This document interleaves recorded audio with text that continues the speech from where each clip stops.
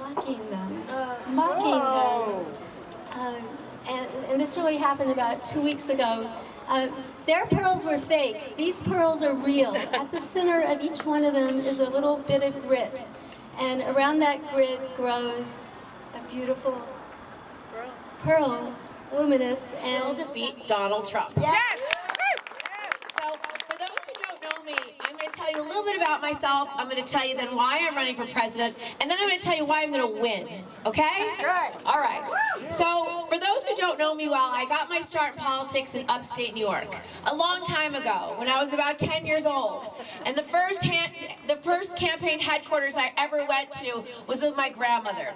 And it was a hot August day, and we were working on a campaign for someone that fall, and a lot of ladies sat in this campaign headquarters, and they were stuffing envelopes.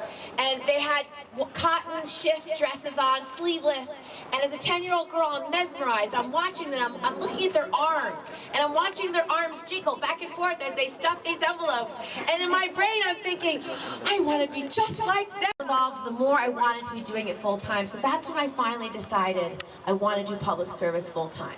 And sometimes, even though you decide that, it's not so easy. So I tried all sorts of things. I tried to go work at the U.S. Attorney's Office. I didn't get the job. I tried to go work at a bunch of charities. I didn't even get an interview. I then said, oh, Hillary's running for Senate, my big chance. I'm going to go work on her campaign.